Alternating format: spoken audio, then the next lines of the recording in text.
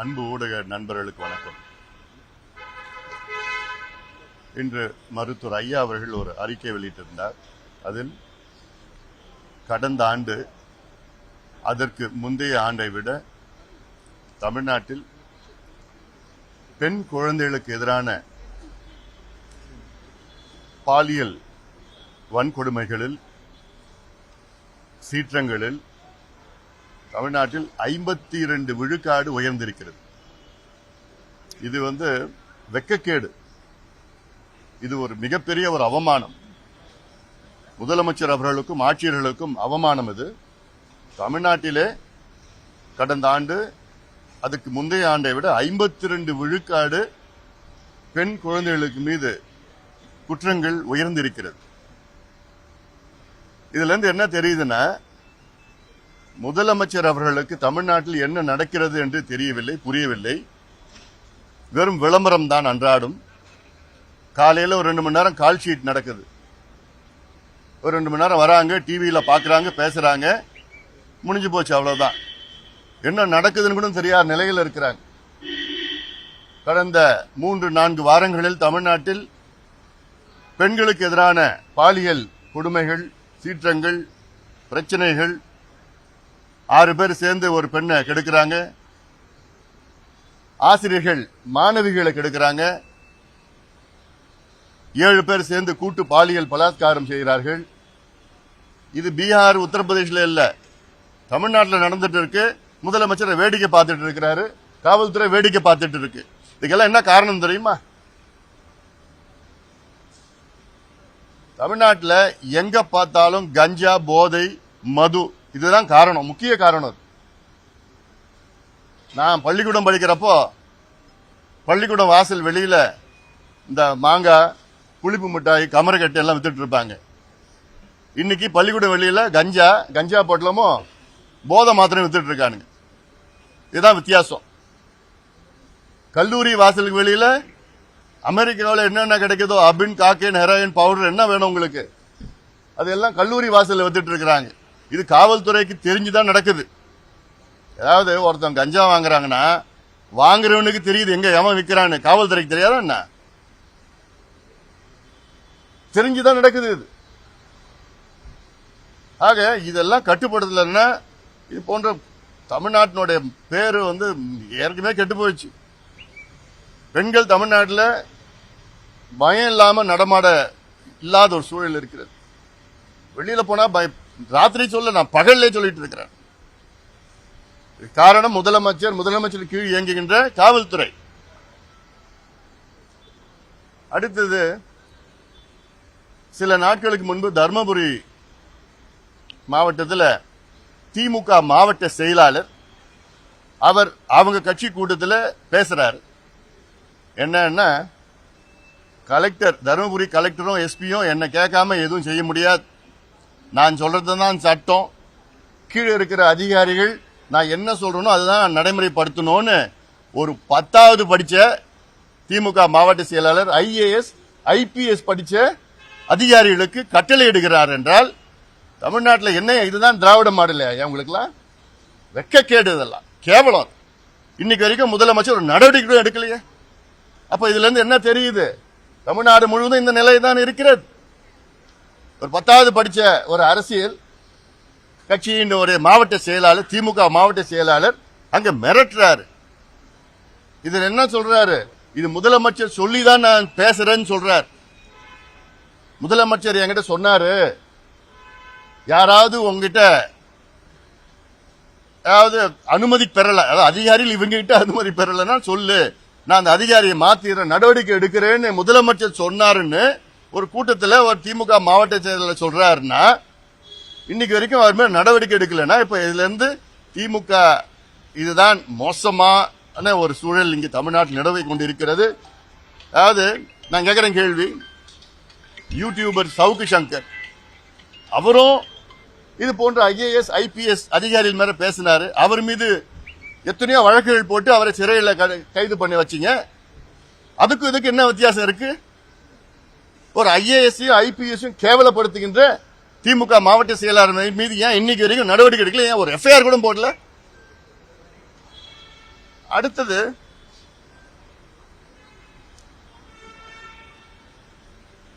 தமிழ்நாட்டில் சாதிவாரி மக்கள் தொகை கணக்கெடுப்பு நடத்த வேண்டும் என தமிழ்நாட்டில் உள்ள அனைத்து கட்சிகளினுடைய நிலைப்பாடு, தமிழ்நாட்டில் எல்லா கட்சிகளுடைய நிலைப்பாடு.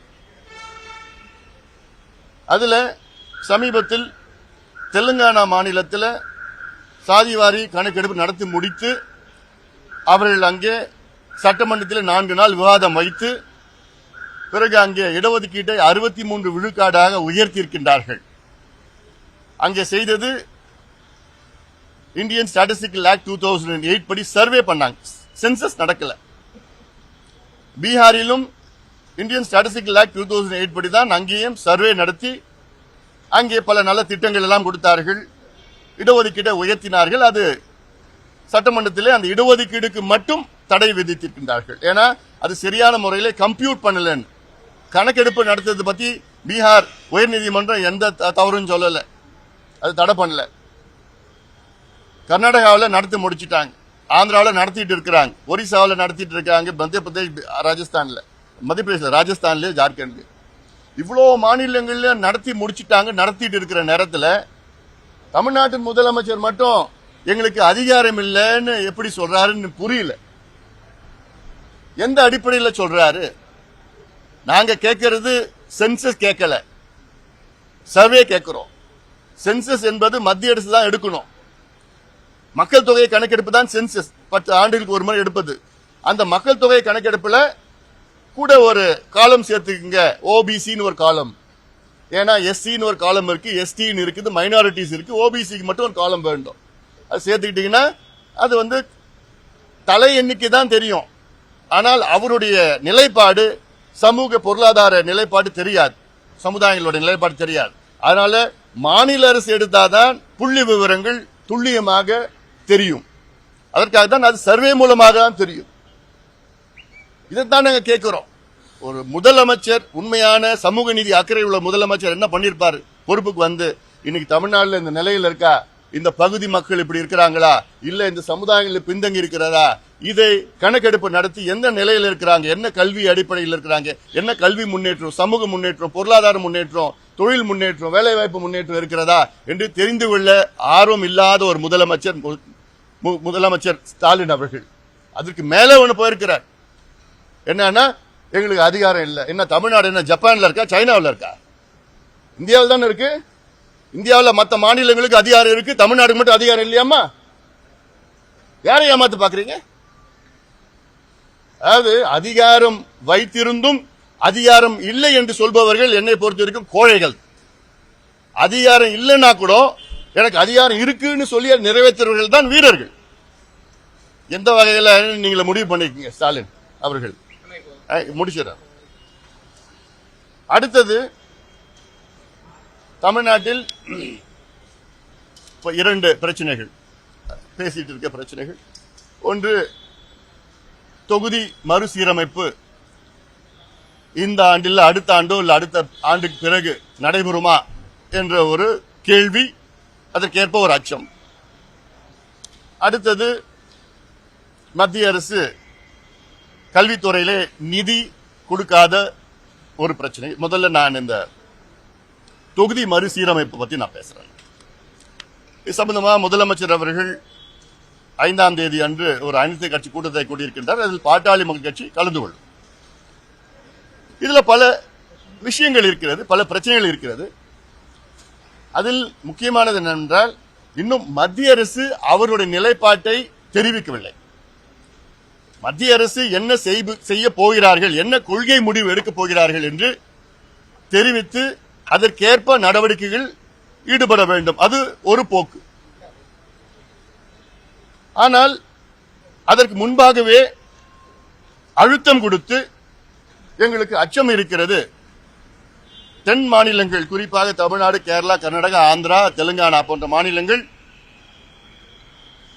குடும்ப கட்டுப்பாட்டு திட்டங்களை செயல்களையும் மிக சிறப்பாக செய்த காரணத்தால் தமிழ்நாட்டில் மற்ற தென் மாநிலங்களில் மக்கள் தொகை எண்ணிக்கை குறைந்திருக்கிறது. அதே வேளையில் கடைசியாக இன்று இந்தியாவிலே 543 மக்களவை தொகுதிகள் இருக்கிறது. இந்த தொகுதிகள் 1971 எடுத்த மக்கள் தொகை கணக்கெடுப்பு சென்சஸ் படிதான் அதை கணக்கெடுப்பு நடத்தப்பட்டிருக்கிறார்கள். இது 50 ஆண்டு காலம் இதில் கை வைக்கவில்லை யாரும். இப்போ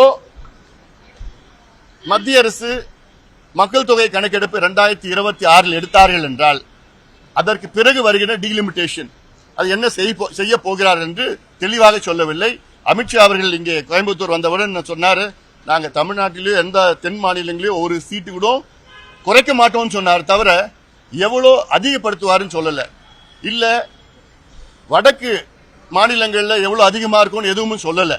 அதுவும் தெளிவுபடுத்தணும், அது சொல்லணும் என்ன நடைமுறைப்படுத்த போகிறார்கள் என்று. இது பல நடைமுறைகள் இருக்கு. எங்களுடைய கோரிக்கை, பாட்டாளி மக்கள் கட்சியினுடைய கோரிக்கை என்னன்னா, இப்போ ஒரு உதாரணத்துக்கு இந்தியா முழுவதும் 30 விழுக்காடு மக்களவை தொகுதிகளில் அதிகப்படுத்துகிறீர்கள் என்றால் தமிழ்நாட்டுக்கும் அது 30 விழுக்காடா இருக்கணும், உத்தரப்பிரதேசுக்கும் 30 விழுக்காடா இருக்கணும், பீகாருக்கும் 30 விழுக்காடா இருக்கணும், கேரளா, மகாராஷ்டிரா, கர்நாடகா, தமிழ்நாட்டில் இந்தியாவில் உள்ள அனைத்து மாநிலங்களிலும் 30 விழுக்காடு சராசரியா இருக்கணும். அப்படி இருந்தா யாருக்கும் எந்த பிரச்சனையும் வரப்போறது கிடையாது. திடீரென்று இன்று மக்கள் தொகை கணக்கெடுப்புனா 1971 அப்ப எடுத்த மக்கள் தொகையில தமிழ்நாட்டுடைய மக்கள் தொகை 4 கோடியா இருந்தது. இன்னைக்கு 8 கோடி, 2 மடங்காக உயர்ந்திருக்கிறது. இதே வேளையில பீகாருடைய மக்கள் தொகை 3 மடங்காக உயர்ந்திருக்கிறது, உத்தரப்பிரதேஷ் 3 மடங்காக உயர்ந்திருக்கிறது, ராஜஸ்தான், மத்திய பிரதேஷ் 3 மடங்காக உயர்ந்திருக்கிறது, மகாராஷ்டிரா 2 மடங்கு உயர்ந்திருக்கிறது. அப்போ அவங்களுக்கு அன்ஃபேர் அட்வான்டேஜ் கிடைக்கும். இது ஒருபோதும் ஏற்றுக்கொள்ள கூடாது, முடியாது. நீங்க உயர்த்துறீங்கன்னா நிச்சயமா உயர்த்தணும், எண்ணிக்கையை உயர்த்துங்க. 543 இருந்து 800, 850 உயர்த்துங்க. எவ்வளவு உயர்த்துறீங்களோ அது எல்லா மாநிலங்களுக்கும் ஒரே அளவில் உயர்த்துங்க. இதுதான் இந்தியாவில் உள்ள அனைத்து மாநிலங்களும், குறிப்பாக தென் மாநிலங்கள் கோரிக்கை வைக்கணும். இல்ல இந்த சிஸ்டம் கடைபிடிக்கிறோம், இல்ல அந்த சிஸ்டம் கடைபிடிக்கிறோம் வேண்டாம். இதான் எங்க கருத்தா சொல்ல போறோம். அடுத்தது மத்திய கல்வி அமைச்சர் தர்மேந்திர பிரதான் அவர்கள் சமீபத்தில் நீங்க தமிழ்நாட்டில் மும்மொழி கொள்கை கடைபிடிக்கவில்லை, அல்லது நேஷனல் எஜுகேஷன் பாலிசி அதை நீங்கள் கடைபிடிக்கவில்லை, அந்த கொள்கையை கடைபிடிக்கவில்லை என்றால் நாங்கள் உங்களுக்கு நிதியை வழங்க மாட்டோம், 2100 கோடி ரூபாய் மத்திய அரசு மாநில அரசு கொடுக்கின்ற நிதியை நாங்கள் கொடுக்க மாட்டோம் என்று சொல்வது மிக மிக தவறானது. அதாவது இது நம்ம பெடரல் ஸ்ட்ரக்சர்ல இருக்கிறோம். கல்வி என்பது பொது பட்டியலில் இருக்கு. 45 ஆண்டுகளுக்கு முன்பு வரை கல்வி என்பது மாநில பட்டியலில் இருந்தது. எமர்ஜென்சி காலத்தில் இந்திரா காந்தி அம்மையார் தான் பொது பட்டியல் கன்கரண்ட் லிஸ்ட்ல கொண்டு வந்திருக்கிறார். இது மத்திய பட்டியலில் கல்வி கிடையாது, பொது பட்டியலில் இருக்கு. சட்டங்கள் மத்திய அரசு கொண்டு வரலாம், ஆனால் அதை ஏற்பதும், கொள்கைகள் ஏற்பதும் ஏற்காததும் மாநில அரசினுடைய உரிமை. இதுல யாருமே ஃபோர்ஸ் பண்ண முடியாது. அதிலும் எப்படின்னா, நீ இந்த கொள்கையை ஏத்துக்கிட்டா நான் நிதி கொடுப்பேன்னு சொல்றது மிக தவறானது. இது செய்யக்கூடாது, சொல்லக்கூடாது. ரிக்வெஸ்ட் பண்ணுங்க, கத்துக்குங்க, எந்த மொழி வேணா கத்துக்குங்க, ஹிந்தி கத்துக்குங்க. யாரும் யாருக்கும் ஹிந்தி கத்துக்கிறதுக்கு யாருக்கும் மாற்றுக்கிறது கிடையாது. ஆனா திணிக்க கூடாது, இம்போஸ் பண்ணக்கூடாது. இப்போ நான் சொல்றது, தமிழ்நாட்டில் கிட்டத்தட்ட 60 ஆண்டு காலம் இருமொழி கொள்கை இருக்கிறது. அது வெற்றிகரமா தமிழ்நாட்டில் இருக்கு. இன்னைக்கு தமிழ்நாடு இந்தியாவிலே வளர்ந்த மாநிலமாக இருக்கிறது. இந்த இருமொழி கொள்கையை வைத்து ஒரு வளர்ந்த மாநிலமாக இருக்கிற ஒரு developed state within the country. இன்னைக்கு தமிழ்நாட்டில் பாத்தீங்கன்னா இந்தியாவிலே 2வது அதிக GSDP, cross state domestic produce இருக்கு. 2வது இடத்துல இருக்கிறோம் இந்தியாவில்.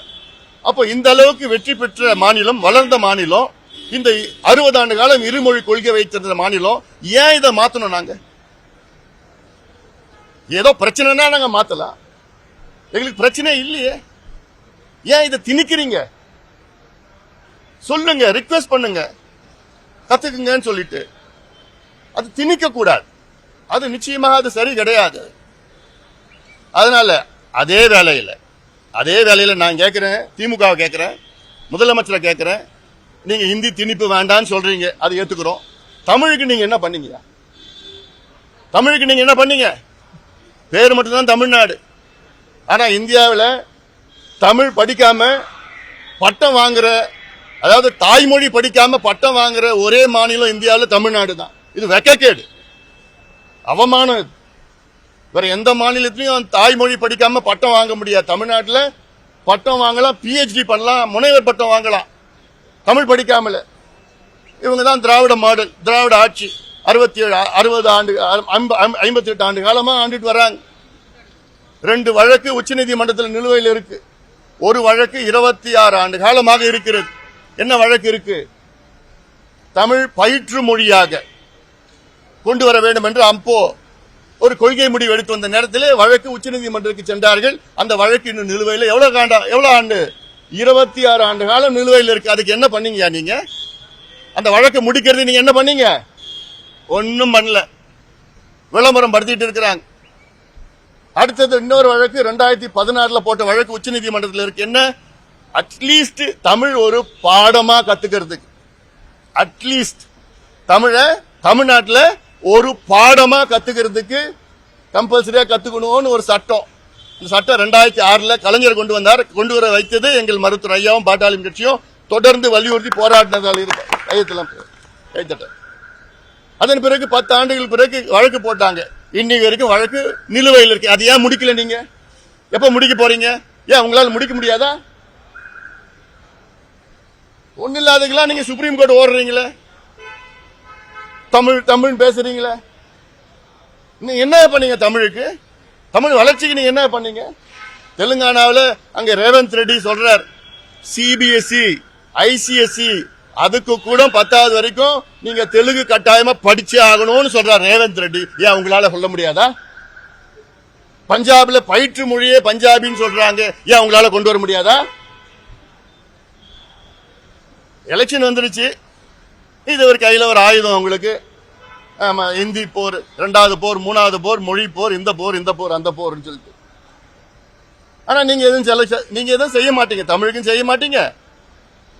விளம்பரப்படுத்திக்கிட்டு இது விளம்பரத்துக்காக பண்ணிட்டு இருக்கிறாங்க. ஆனா மக்கள் இது புரிந்து கொள்வார்கள். ஒன்று, மத்திய அரசு திணிக்க கூடாது.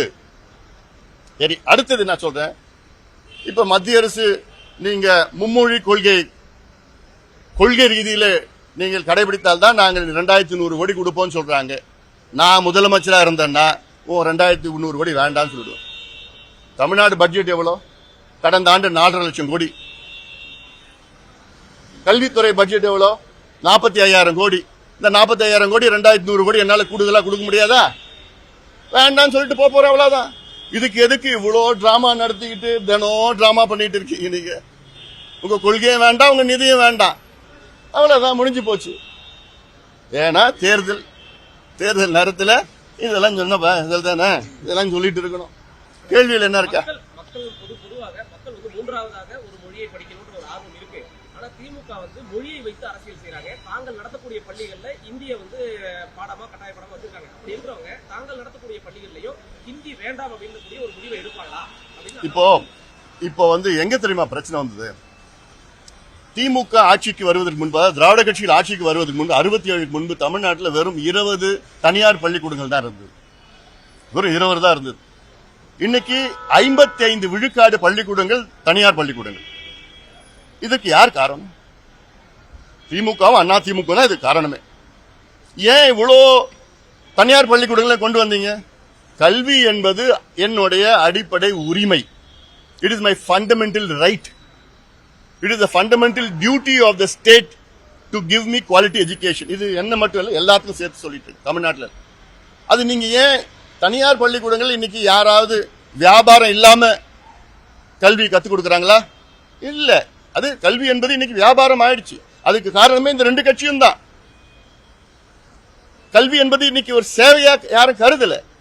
அப்போ நீங்க இவ்வளோ தனியார் பள்ளிக்கூடங்களை அனுமதி கொடுத்து என்னென்னமோ மெட்ரிகுலேஷன் அது இது என்ன கொடுத்துட்டு இன்னைக்கு நீங்க இந்த கொள்கை அந்த கொள்கையும் பேசுவது அதுவும் தவறு தான். எதற்கு காரணம் அதுதான். இன்னொன்னு, மத்திய அரசு கொண்டு வர கொள்கையில இன்னைக்கு இந்திய மொழியை கத்துக்குங்கன்னு சொல்றாங்க. 3வது கம்பல்சரி இந்திய மொழி ஏதாவது ஒன்று. இப்போ நம்ம தமிழ்நாட்டில் இருக்கிறோம், கேரளாவும் தமிழும் ஒன்னா 2 தான் ஒன்று தான். யாராவது கேரளா போய் பாடத்தை கத்துக்கிறது யாரும் அவசியம் கிடையாது. கன்னடமும் தமிழும் ஓரளவு புரிஞ்சுக்கணும், தெலுங்கும் தமிழும் புரிஞ்சுக்கணும். நம்ம என்ன ஒரியா கத்துக்க போறோமா இல்ல மராத்தி கத்துக்க போறோமா? வேற மூணாவது மொழி வேற என்ன இருக்க போகுது? ஹிந்தி தான். மூக்கை இப்படி தொடர்ந்தோட இப்படி தொடர்தான் சுத்தி தொடர வைக்கிறாங்க, அவ்வளவுதான். இதுல அதான் முடிச்சிடுறேன். அதனால இது ஹிந்தி கத்துக்கிறது தப்பு கிடையாது, ஹிந்தி திணிக்கிறது வேற. நான் சொல்றேன்ல, தமிழ்நாட்டில் 60 ஆண்டு காலம் நான் வெற்றிகரமா இந்த மாநிலத்தில் இன்னைக்கு ஒரு முன்னேறிய மாநிலமா, இந்தியாவில் ஒரு முன்னேறிய மாநிலமாக விளங்குகிறது தமிழ்நாடு. இதை ஏன் நான் மாத்தணும்? கத்துக்கிறான் யார்? நீங்க சொல்றீங்க யார் யாரு கத்துக்கிறது, எந்தெந்த மொழியெல்லாம் கத்துக்கலாம். ஏன் அது பிரெஞ்சு கத்துக்கூடாது?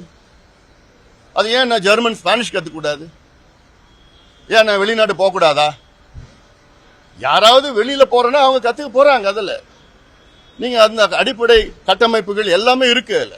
அதனால ஏன் பீகார்ல தமிழ் கத்துக்கிறாங்களா? யூபியில தமிழ் கத்துப்பாங்களா? இல்ல. அவங்களுக்கு இருமொழி கொள்கை, நமக்கு மும்மொழி கொள்கையா? தனியார் பள்ளிகளை ஊக்குவிப்பதற்காக தான் இந்த மும்மொழி கொள்கை பிரச்சனையை வந்து இந்த டைம்ல எடுத்திருக்காங்க. ஏழை மாணவர்கள் அரசு பள்ளியில படிக்கக்கூடிய மாணவர்கள் வேறு மொழியை கத்துக்க கூடாது, இந்திய கத்துக்க கூடாதுன்னு அது இந்த மாநிலத்துக்கு விடுங்க. யார் யாருக்கு என்னென்ன தேவைகள் நீங்க எப்படி சொல்லுவீங்க? மாணவர்கிட்ட கேளுங்க, மாணவர்கிட்ட விட்டுட்டு போங்க. இன்னொன்னு சொல்ல போனா எல்லா பள்ளிக்கூடமும் அரசு எடுத்து நடத்துங்க. தமிழ்நாடு தனியார் பள்ளிக்கூடமே வேண்டாம், எங்க கிட்ட ஆட்சி விடுங்க. எல்லா பள்ளிக்கூடம் தமிழ்நாட்டில் இருக்க எல்லா பள்ளிக்கூடமும் அரசுடைமை ஆக்கிடலாம். அது என்னென்ன கொள்கையை நடைமுறைப்படுத்தணும் படுத்துங்க. அது ஏழை பணக்காரன் வித்தியாசம் இல்லாம போயிடும். ஏன்னா கல்வி என்பது சேவை. ஆனா இன்னைக்கு அப்படிலாம் இல்ல. ப்ரீ கேஜி 8 லட்சம் ரூபாய், 1வது 10 லட்சம் ரூபாய், 10வது 15 லட்சம் ரூபாய்.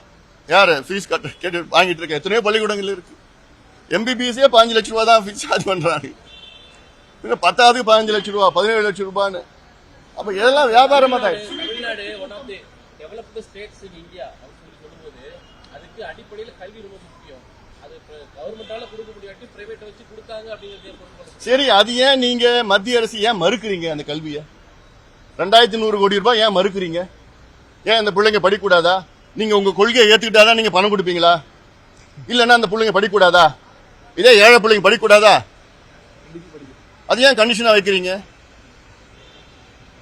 டெவலப்டு ஸ்டேட்ஸா இருக்கக்கூடிய நிலையில போதுமான பட்ஜெட் கல்விக்காக 2500 கோடி ஒதுக்கக்கூடிய கெபாசிட்டி போதாது, பட்ஜெட் பத்தாது. அது கவர்மெண்ட் கொடுக்கறது, யூனியன் கவர்மெண்ட், அது ஏன் நம்ம கெஞ்சணும், ஏன் டிராமா பண்ணணும்னா உரிமை மறுக்கிறாங்க இல்லையா? அது ஒரு முதலமைச்சர் கேட்கணும் இல்ல? நிச்சயமா இல்ல இல்லங்க, நான் கேக்குறேன் தமிழுக்கு என்ன பண்ணீங்கன்னு கேக்குறேன்.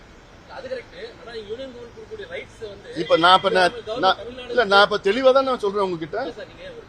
ஆமாங்க, இன்னைக்கு ஏங்க இது 6 மாசமா நடந்துட்டு இருக்குது. இன்னைக்கு தேர்தல் வருது, அதுக்காக நீங்க இதை எடுத்துட்டு பண்ணிட்டு இருக்கீங்க. 3வது போர் 4வது போர் சொல்லிட்டு இருக்கீங்க. நீங்க எங்க ஏன் உங்களுக்கு வேண்டாம்னு சொல்லிட்டு செஞ்சிருக்கிறாங்க, எல்லாருக்கும் தெரியுது. நீங்க தமிழை நீங்க வளருங்க. தமிழ்நாட்டுல தமிழ் பேசாம பட்டம் வாங்குறது இதோட எவ்வளவு கேவலம், அது எவ்வளவு அசிங்கம். அது நீங்க யூனியன் மினிஸ்டரா இருந்திருக்கீங்க, ஒவ்வொரு ஸ்டேட்டுக்கும் நீங்க பல வேலைகள் செஞ்சிருக்கீங்க. அப்படி இருக்கும்போது தமிழ்நாடு ஸ்டேட்டுக்கு திட்டமிட்டு ஒரு நிதி மறுக்கிறாங்க அப்படின்னா அது வந்து ஜனநாயக நாட்டுல சரியா? ஆமாங்க, இப்ப நான் மட்டும் என்ன சொல்றேன், தப்புன்னு தானே சொல்லிட்டு இருக்கேன். உங்களுக்கு வலிக்குதா அப்படி பேசணும்னா? ஆமா, நான் ஏங்க என் கருத்தை நான் சொல்றேன். உங்களுக்கு வலிச்சதுன்னா எனக்கு ஒண்ணுங்க அதை பத்தி கவலையே கிடையாது. எனக்கு என் கருத்தை நான் சொல்றேன், அவ்வளவுதான். கலந்துக்கிறோம், நான் பாத்துக்கலாம். என்னன்னு முதல்ல என்ன பேசுறாங்கன்னு பாத்துக்கணும். இது அதான் இப்ப என்னுடைய எங்க பாட்டாளி மக்கள் கட்சியினுடைய கருத்தை நான் சொல்லிட்டு இருக்கிறேன். என்னன்னு கருத்துனா, அது தொகுதிகள் எண்ணிக்கையை உயர்த்தினாங்கன்னா, ஒரு 30 விழுக்காடு உயர்த்தினாங்கன்னா, அக்ராஸ் த போர்டு எல்லா மாநிலங்களுக்கும் 30 விழுக்காடு உயர்த்தணும். அது ஒண்ணு. அதான் அது வந்து என்ன, முன்கூட்டியே ஒரு அழுத்தம் கொடுக்கலாம். அது தப்பு கிடையாது. ஏன்னா அறிவித்த பிறகு அப்புறம் ஒன்றா கூடி அப்புறம் வேற என்ன திடீர்னு ஏதாவது நடக்கும், நம்ம பார்த்துட்டு இருக்கோம். அதனால அது இன்னொன்னு நான் சொல்ல மறந்துட்டேன். பாட்டாளி மக்கள் கட்சியுடைய கொள்கை என்ன தெரியுமா? ஒரு மொழி கொள்கை தான். இருமொழி கூட வேண்டாம், ஒரு மொழி கொள்கை. தாய்மொழி வழியில கல்வி கத்துக்குங்க. இன்னைக்கு நொபேல் விருது வாங்கினவங்க எல்லாம் எந்த மொழியில கத்துக்கிட்டாங்க? ஜெர்மன்ல வாங்கினவங்க ஜெர்மன் மொழியில படிச்சா கத்துக்கிட்டாங்க, விருது வாங்கினாங்க. பிரெஞ்சு மொழியெல்லாம் விருது வாங்கினாங்க, ஜப்பான்ல விருது வாங்கினாங்க. அவங்கவுங்க தாய்மொழியெல்லாம் விருது வாங்குறாங்க, நொபேல் விருது வாங்குறாங்க. அது கொண்டு வாங்க. அது அறிவிக்கிறது கூட உங்களுக்கு எல்லாம் இல்லையே. தமிழ்நாட்டுல பெண்களுக்கு எதிரான குற்றங்கள் அதிகரிச்சிருக்கு. கடந்த ஒரு வாரத்துல மட்டும் இவ்வளவு பெண்களுக்கு எதிரான பாலியல் வன்கொடுமைகள் நடந்திருக்கு. ஏன்னா தமிழகம் வந்து பெண்களுக்கு பாதுகாப்பான மாநிலமா இருந்திருக்கு. வருகிற 2026 தேர்தலில் வந்து 200 தொகுதிகளுக்கு மேல வெற்றி பெறுவது உறுதி. குறிப்பா கல்வித்துறையில 300 வெற்றி பெறுவாங்க. கல்வித்துறையில நிறைய பாலியல் வன்கொடுமைகள் நடக்கும் மாணவ மாணவிகளுக்கு. அப்படி இருக்கும்போது கல்வித்துறை தற்போது இருக்கக்கூடிய அமைச்சர் அன்பில் மகேஷ் பொய்யாமொழியினுடைய காலம் வந்து பொற்காலம் அப்படின்னு முதலமைச்சர் சொல்லியிருக்காங்க. இருக்கட்டும் பார்க்கலாம், தெரிய போகுது. இன்னொரு 10 மாசத்துல தெரிய போகுது எல்லாம்.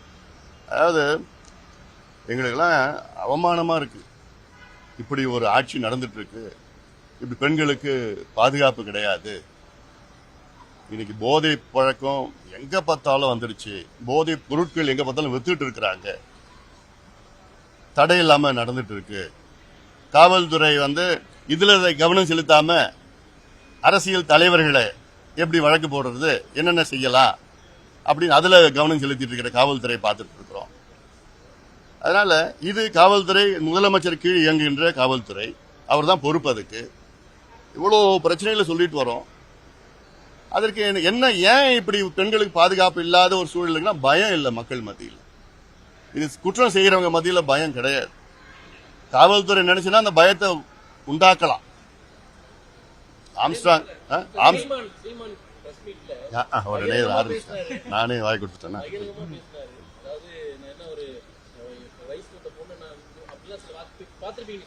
நான் பார்க்கலைங்க, நான் பார்க்கல. அதே வேளையில ஒரு முன்னாள் ராணுவ வீரர் அவருடைய பாதுகாப்பு வீட்டுல இருந்தவங்க காவல்துறையினர் அடிச்சு இழுத்துட்டு போனதா. அதான் இப்போ அதான் சொல்றேன், காவல்துறைக்கு இதை விட முக்கியமான வேலைகள் சட்டம் ஒழுங்கு, பெண்கள் பாதுகாப்பு, மது ஒழிப்பு, போதை ஒழிப்பு, எல்லாம் அவ்வளோ வேலைகள் இருக்கு. இதை விட்டுட்டு இது போன்ற வேலைகளில் ஈடுபட்டு கொண்டிருக்கின்ற காவல்துறை எல்லாம் நிச்சயமா இது சரியானது கிடையாது. தமிழ்நாடு காவல்துறை ஸ்காட்லாந்து யாருக்கு நிகரானது நம்ம கடைசி அந்த காலத்துல பேசிட்டு இருந்தோம். சுத்தமா அந்த மாதிரி எண்ணமே இல்லை, யாருக்கும் வரல.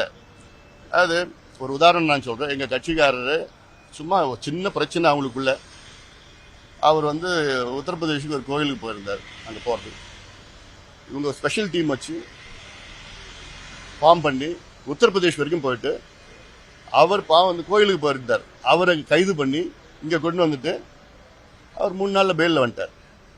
அது வேற. இதுதான் தமிழ்நாட்டுடைய காவல்துறை. இதெல்லாம் என்ன ஆகிட்டு போகுது?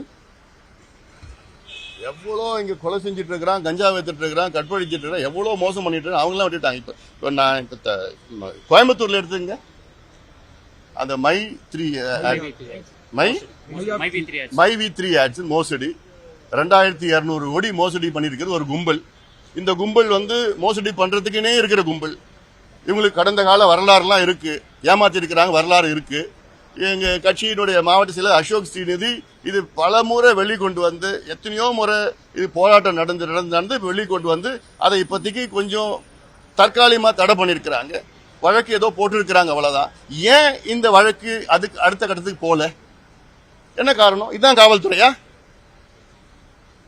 இது 3 அதிகாரிகள் மாறிட்டாங்க விசாரணைக்கு. என்ன காரணம்? அப்ப என்ன, ஏன் மாத்துறீங்க? அதிகாரிகளை மாத்துறீங்க, வழக்கு கொடுத்தவங்க மேல வழக்கு போடுறீங்க. இதுதான் காவல்துறையா? என்ன பாதுகாப்பு இருக்கு? அப்ப தமிழ்நாடு காவல்துறை குற்றம் செய்கின்றவர்களை பாதுகாக்கிறீங்க, வழக்கு கொடுக்கிறவங்க அவங்க மேல வழக்கு போடுறீங்க நீங்க. தமிழ்நாட்டு காவல்துறை லட்சணமா இதெல்லாம்? இதை நிறுத்திக் கொள்ளுங்கள். ஒன்று, இந்த நிறுவனத்தை விசாரணை நடத்தி இதுல யார் யார் சம்பந்தப்பட்டிருக்கிறாங்க அந்த பணத்தை 2200 கோடி ரூபாய் பணத்தை மீண்டும் மக்களுக்கு திருப்பி கொடுங்க. அடுத்தது, அசோக் ஸ்ரீநிதி மீது போட்ட வழக்கு, அவர் மீது எப்படி காவல்துறை அவமானப்படுத்திட்டார், இப்படிலாம் பொய் வழக்கு போட்டிருக்கிறாங்க.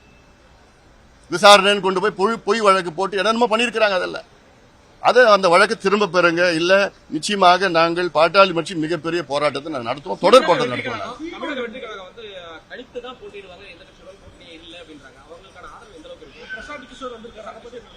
அதான் அவர் கருத்தை சொல்லிட்டாருல்ல, அது சொல்றதுக்கு எனக்கு ஒண்ணும் இல்லை.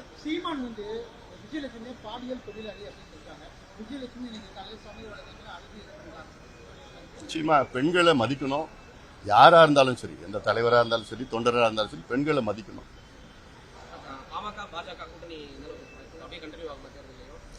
தேர்தல் இன்னும் அடுத்த ஆண்டு இருக்கு. தேர்தல் வரும்பொழுது நான் உங்ககிட்ட சொல்றேன், இன்னைக்கு கூட்டணியில இருக்கிறோம்.